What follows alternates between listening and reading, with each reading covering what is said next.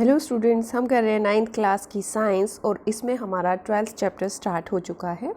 First part हम कर चुके हैं। सेकंड पार्ट में हम 12.2 से शुरू करेंगे, जो कि है साउंड का second part, propagation of sound. ठीक है, जो साउंड है वो वाइब्रेटिंग ऑब्जेक्ट से पैदा होती है। ठीक है, कोई भी ऑब्जेक्ट जो वाइब्रेट कर रहा है, जो हिल रहा है, वही साउंड प्रोड्यूस करेगा। मैटर और substance through which sound is transmitted is called medium.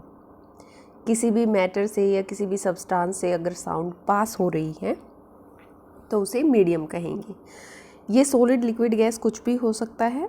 Sound एक मीडियम से ही पास होगी, मतलब एक पॉइंट जहाँ से जनरेट हो रही है और जो सुनने वाला है उस तक किसी मीडियम से ही पास होगी हमेशा। ठीक है, जब कोई ऑब्जेक्ट वाइब्रेट करता है, it sets the particle of medium around it vibrating. ये क्या करता है, अपने जो चारों तरफ पार्टिकल्स होते हैं उनको हिलता हुआ छोड़ देता है, वाइब्रेट करना स्टार्ट हो जाते हैं वो पार्टिकल्स। ये पार्टिकल्स ट्रैवल नहीं करते पूरे रास्ते, मतलब यहाँ से साउंड प्रोड्यूस हुई है और यहाँ पर सुनने वाला है, तो यहाँ से ये पार्टिकल पूरे यहाँ से वाइब्रेट करके उसके पास नहीं जाएंगी। क्या है इसका प्रोसीजर, ये समझते हैं। ठीक है, पार्टिकल्स ट्रैवल नहीं करेंगे वाइब्रेटिंग ऑब्जेक्ट से कान तक, पार्टिकल मीडियम में कॉन्ट्रैक्ट हो जाएंगी। ठीक है, with the vibrating object is first displaced from its equilibrium position, then it exerts a force on the adjacent particle, as a result of which the adjacent particle gets displaced from its position of rest. ठीक है, after displacing the adjacent particle, the first particle come back to its original position. This process continues in the medium till the sound reaches your ear. The disturbance created by source of sound in the medium travel through the medium and not the particle of the medium. ठीक है, वो क्या करते हैं, इसको समझने की कोशिश करते हैं। पहले सपोज ये हमारी एक कोई भी चीज़ है जिसने साउंड जो मूव की। ठीक है, हमने इसको हिट किया, इसने ऐसे मूव करना शुरू कर दिया। अब ये मीडियम है, यहाँ पर कोई सुनने वाला है। ठीक है, तो यहाँ पर ये इस तरफ आई तो यहाँ वाले सारे पार्टिकल्स जो हैं यहाँ कलेक्ट हो गए। ठीक है, यहाँ पे बहुत ज़्यादा गहरे हो गई ये पार्टिकल, इन्होंने साउंड वेव्स को यहाँ पे इकट्ठा कर लिया। अब क्या हुआ, जैसे ही ये पीछे गई, यहाँ का प्रेशर कम हो गया, ये पार्टिकल्स इधर चले गए, कुछ इधर चले गए। अब यहाँ पे इन्होंने दबाव डालना शुरू किया, ये पार्टिकल्स गहरे हो गए, एक ज़्यादा प्रेशर क्रिएट हो गया और यहाँ के पार्टिकल्स फिर से हल्के हो गए। ठीक है, अब फिर से यहाँ पे इन पार्टिकल्स ने इधर से फिर इधर मूव करना शुरू किया, क्योंकि प्रेशर इधर से पड़ा था स्टार्टिंग में, तो ये यूं से यूं इस तरह से ये ईयर की तरफ जाएंगे, मतलब जहाँ हमारा कान है वहाँ तक वाइब्रेट करना शुरू होंगे। जो सोर्स ऑफ साउंड है वहाँ पे डिस्टर्बेंस क्रिएट हो रही है पार्टिकल्स के बीच में, मीडियम के बीच में। ठीक है, तो इस तरह से ये ट्रैवल करते हैं। अब इस फिनोमेनन को समझने से पहले हम एक बार अपना येलो बॉक्स कर लेते हैं। Can sound make a light spot dance? क्या जो साउंड होती है वो लाइट स्पॉट डांस करवा सकती है? किस तरह से, इसे समझो। टेक ए टिन कैन, एक टिन का कैन ले लो, उसके दोनों तरफ से उसकी जो कवरिंग होती है दोनों तरफ टिन के कैन में, उसे हटा दो। अब एक बैलून ले लो, इसे स्ट्रेच करके इसके ऊपर बांध दो। एक रबड़ बैंड इससे रैप कर दो। ठीक है, दोनों साइड से वो जो टिन है इसके वो कवर हटा दिए। यहाँ पे एक साइड हमने बैलून लेकर बांध दिया उसको रबड़ से। एक छोटा सा मिरर लेना है और इसको जहाँ पे रबड़ हमने बांधा है उसके बीच में उसको चिपका दो। ठीक है, ग्लू स्टिक से किसी तरह से भी चिपका दो उस मिरर को। अब हमने दूसरा क्या करना है, allow a light through a slit to fall on the mirror. अब इस डब्बे को हमने तैयार कर लिया है, इसको इस पोजीशन में रखना है और किसी भी छिद्र से या किसी तरह से भी इसके ऊपर लाइट डालनी है। ठीक है, जैसे ही आप लाइट डालोगे तो इसकी एक और वो बन जाएगा, निशान बन जाएगा दीवार पे, जहाँ पे भी आप इसको रख रहे हो। है ना। तो वो बनने के बाद क्या करना है, आपने देख लिया कि ये निशान बन गया है। After reflection the light spot is seen on the wall as shown in figure. Talk or shout directly into the open end of the can and observe the dancing light spot on the wall. अब क्या है, आपने इसमें या तो फूंक मारनी है या बोलना है या फिर आपने इसमें चिल्लाना है, शाउट करना है। तो क्या होगा कि आप जैसे ही बोलोगे तो वही यहाँ के जो मीडियम के जो पार्टिकल्स हैं वो स्ट्राइक करना शुरू करेंगे, आगे जाएंगे और वो इस मिरर से टकराएंगे। और मिरर से टकरा के आसानी से ये मिरर हिल सकता है क्योंकि यहाँ पे इलास्टिक है, क्या है, रबड़ है, ठीक है। तो रबड़ है, अगर हम इसको वैसे ही चिपका देते, जो टिन का कैन के जो चारों तरफ वो लगी होती है मेटल की, अगर वो होती तो वो हिल नहीं सकती थी, क्योंकि जैसे ही हम साउंड प्रोड्यूस करते हैं तो इतना ज़्यादा प्रेशर नहीं होता कि हम किसी मेटल को ही हिला दें, ठीक है। क्योंकि यहाँ पे रबर बंधा हुआ है, बलून का कुछ हिस्सा बांध रखा है, तो वो हिला सकता है। और जैसे ही हम बोलेंगे या कुछ करेंगे तो वो जो साउंड क्रिएट होगी उसकी वजह से मीडियम के पार्टिकल्स मूव करेंगे और जो वो सपोर्ट बना था, जो वहाँ पे एक निशान बना था शीशे का, वो डांस करने लगेगा। आप इस तरह से अपने फ्रेंड्स के साथ डिस्कस कर सकते हैं। आई होप आपको ये एक्टिविटी अच्छी लगी होगी। A wave is a disturbance that moves through the medium. एक वेव क्या है, एक डिस्टर्बेंस है जो मीडियम के थ्रू मूव करती है जब पार्टिकल्स मीडियम के नेबरहुड पार्टिकल से टकराते हैं, ठीक है। ये सिमिलर मोशन प्रोड्यूस करते हैं दूसरे पार्टिकल्स में। यहाँ के पार्टिकल्स से वेव टकराई, अब ये इसी तरह का मोमेंट यहाँ पे प्रोड्यूस करेंगे, इसी तरह का और आगे करेंगे जब तक कि वो कान तक नहीं पहुँच जाती। Particle of the medium do not move forward themselves, वो अपने आप मूव नहीं करते, पर जो डिस्टर्बेंस होती है वो उन्हें आगे मूव करने के लिए तैयार करती है। This is what happen during propagation of sound in a medium. जैसे ही साउंड प्रोपोगेट करती है उस मीडियम में, तब यही होता है।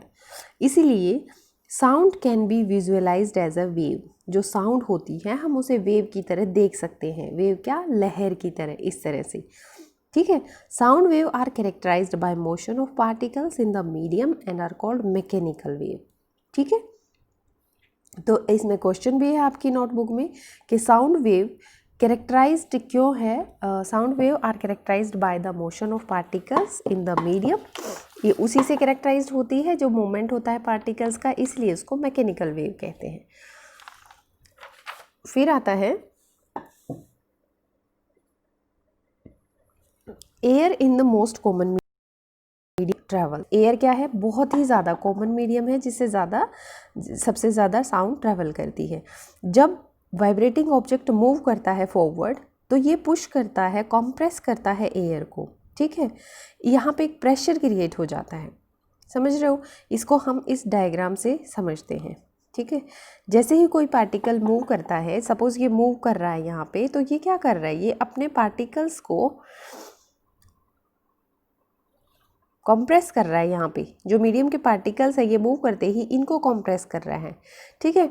अब क्या होगा, ये सामने वाले पार्टिकल्स को कंप्रेस करेंगे इस तरह से, फिर ये सामने वाले को कंप्रेस करेंगे, समझ रहे हो आप। अब प्रेशर क्रिएट होता है, ये रीज़न क्या कहलाता है, कंप्रेशन। सी वाला जहाँ पे प्रेशर क्रिएट हो गया वो कंप्रेशन, जैसे फिगर में दिखाया गया है। ये कंप्रेशन स्टार्ट करता है away from the vibrating object. जैसे यहाँ पे प्रेशर क्रिएट हुआ तो ये यहाँ पे मूव करना शुरू करेगा, मतलब जहाँ से ऑब्जेक्ट मूव कर रहा है उससे दूर, ठीक है। When the vibrating object moves backward, जब ये पीछे जाता है, it create region of low pressure. जब पीछे चला जाता है तो यहाँ पे प्रेशर लो हो जाता है, ठीक है। तब ये रीज़न जो होता है वो रिफ्रैक्शन कहलाता है। सपोज़ यहाँ पे कोई अभी प्रेशर रहा नहीं क्योंकि यहाँ का प्रेशर इन पार्टिकल्स के पास चला गया, तो ये रिफ्रैक्शन कहलाता है, सॉरी रेयरफैक्शन कहलाता है, ठीक है।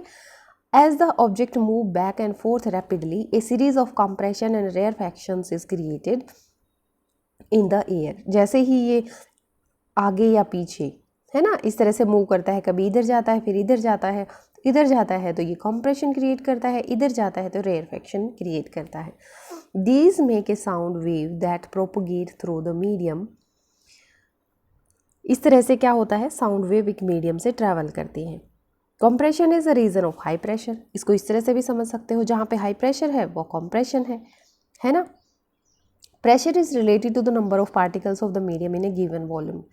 प्रेशर किस तरह से समझोगे, जितने ज़्यादा पार्टिकल हैं उतने ज़्यादा प्रेशर है, जितने कम पार्टिकल है उतना कम प्रेशर है।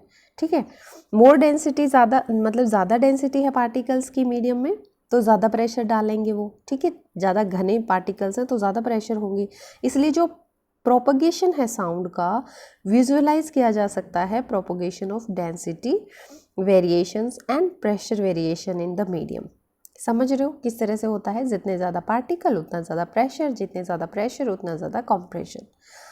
अब क्वेश्चन आता है, how does sound produced by vibrating object in a medium to reach your ears. किस तरह से जो साउंड प्रोड्यूस होती है वो वाइब्रेट करती है ऑब्जेक्ट को और किस तरह से मीडियम से वो आपके कान तक पहुंचती है। तो यही हमने डिस्कस किया है, ये आप आसानी से लिख सकते हो। 12.2.1 है, sound need a medium to travel. Sound को एक मीडियम की ज़रूरत होती है ट्रैवल करने के लिए। Sound is a mechanical wave.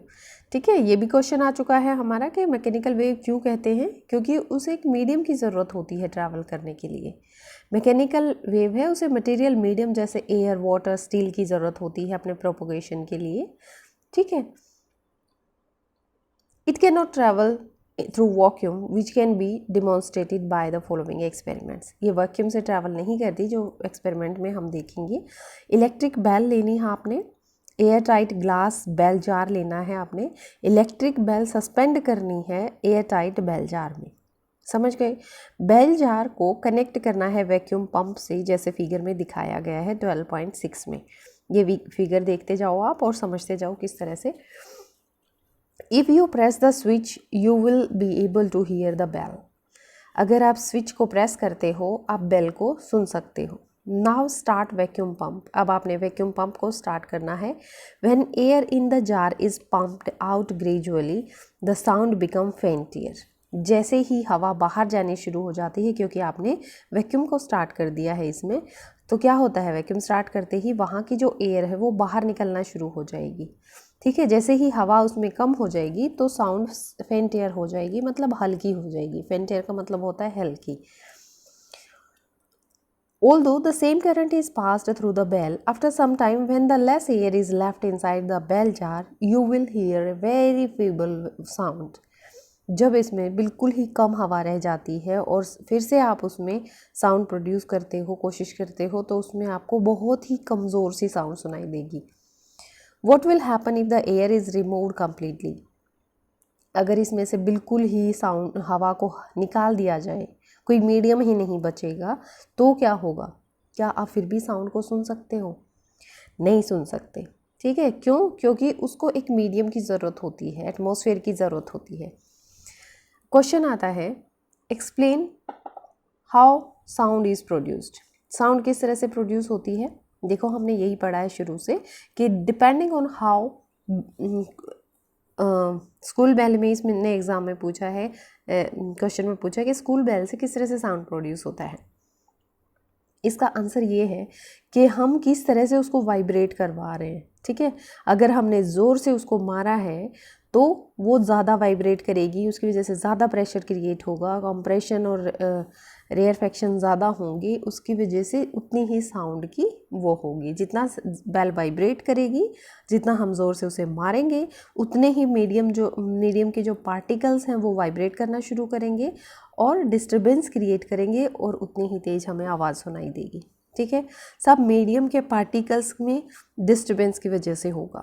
ठीक है, why are sound wave called mechanical wave. किस तरह से साउंड वेव को मैकेनिकल वेव कहते हैं? Sound wave are characterized by motion of particles in the medium, that is why they are called sound wave, mechanical wave. ठीक है, 162 पे इसका आंसर दिया हुआ है, 162 पे इसका आप लिख सकते हो। Suppose you and your friends are on moon. आप और आपके दोस्त चांद पे हो। You will be able to hear any sound produced by your friends. Will you be able to, क्या आप सुन सकते हो वहाँ पे साउंड? इसका आंसर है नहीं, क्योंकि एटमॉस्फेयर ही नहीं है चांद पे। ठीक है, तो वैक्यूम में तो कोई हमारी साउंड ट्रैवल ही नहीं करती, तो किस तरह से हम सुन सकेंगे?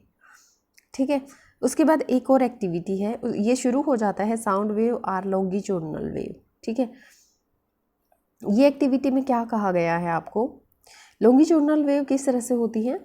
आपने एक स्लिंकी लेना है, अपने दोस्त को कहना है इसे पकड़ने के लिए, ठीक है, और दूसरी तरफ से आपने खुद ने पकड़ना है। एक बार इसको स्ट्रेच करना है, अपनी तरफ खींचना है और फिर से उसको प्रेस करना है, ठीक है। ये स्लिंकी क्या होता है, एक फिक्स्ड जैसे इस तरह की शेप होती है, जैसे हम स्प्रिंग लेके रखते हैं, ये स्प्रिंग ही समझ लो। तो उसको एक बार प्रेस करना है, अपनी तरफ खींचना है आपने, और एक बार अपने फ्रेंड की तरफ प्रेस करना है, ठीक है, दबाना है। आप क्या नोटिस करोगे, if you move your hand pushing and pulling the slinky alternatively what will you observe.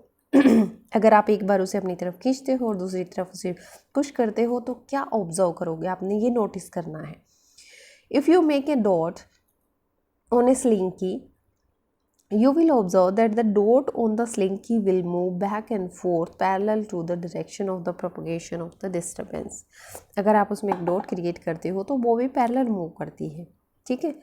इसके बाद हम ये नेक्स्ट पार्ट में करेंगे ये वाला पूरा, क्योंकि बहुत बड़ा हो जाएगा और आप परेशान हो जाओगे। चैप्टर अगर थोड़ा सा टफ लगता है तो वीडियो को 2-3 बार सुने, अदरवाइज़ ज़्यादा मुश्किल है नहीं। Thank you for watching live science cafe.